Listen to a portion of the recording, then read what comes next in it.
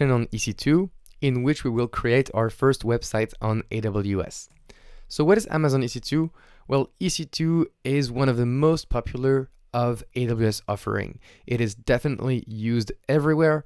And what is it? Well, it stands for Elastic Compute Cloud, and this is the way to do infrastructure as a service on AWS. So EC2 is not just one service, it's composed of many things at a high level. So you can rent virtual machines on EC2, they're called EC2 instances. You can store data on virtual drives or EBS volumes. You can distribute load across machines, Elastic Load Balancer. You can scale services using an auto-scaling group or ASG. And all these things, do not worry, we will see in depth during this course. Knowing how to use EC2 in AWS is fundamental to understand how the cloud works, because as I said from before, the cloud is to be able to rent the compute whenever you need on demand, and EC2 is just that. So EC2, what can we choose for our instances? So our virtual servers that we rent from AWS. So what operating system can we choose for our EC2 instances? 3 options: Linux, and it's going to be the most popular, Windows, or even Mac OS. How much compute power and cores you want on this virtual machine. So how much CPU.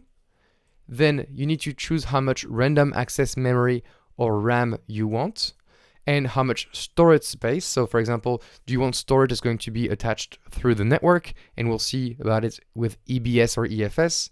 Or do you want it to be hardware attached? In this case, it will be an EC2 instance store, and with a whole section on storage, so don't worry about it. And then finally, the type of network you want attached to your EC2 instance. So do you want a network card that's going to be fast? What kind of public IP do you want? And finally, we need to handle the firewall rules of our EC2 instance, and that is the security group.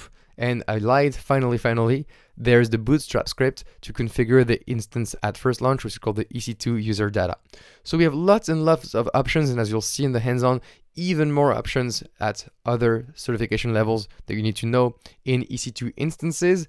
But at the core of it, what you need to remember is that you can choose pretty much how you want your virtual machine to be, and you can rent it from AWS, and that is the power of the cloud. You can do this by just in the blink of an eye, really. So it is possible to bootstrap our instances using the EC2 user data script. So what does bootstrapping mean? Well, bootstrapping means launching commands when the machine starts. So that script is only run once, and when it first starts, and then will never be run again. So the EC2 user data has a very specific purpose. It is to automate boot tasks, hence the name bootstrapping. So what tasks do you want to automate usually when you boot your instance? Well, you want to install updates, install software, download common files from the internet, or anything you can think of, really. Anything you can think of. So it could be whatever you want. But just know that the more you add into your user data script, the more your instance has to do at boot time. Simple, right? By the way, the EC2 user data scripts runs with the root user. So any command you have will have the sudo rights, okay?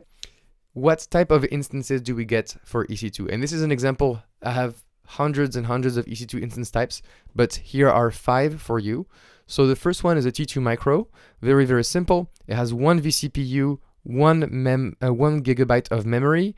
The storage is only for EBS and has a low to moderate network performance. But as soon as you increase the instance type, for example, if we stay in the same family, so we stay in the T2 family, but we go to T2X large, now we have access to 4 vCPU, 16 gigabytes of RAM, and network performance of moderate.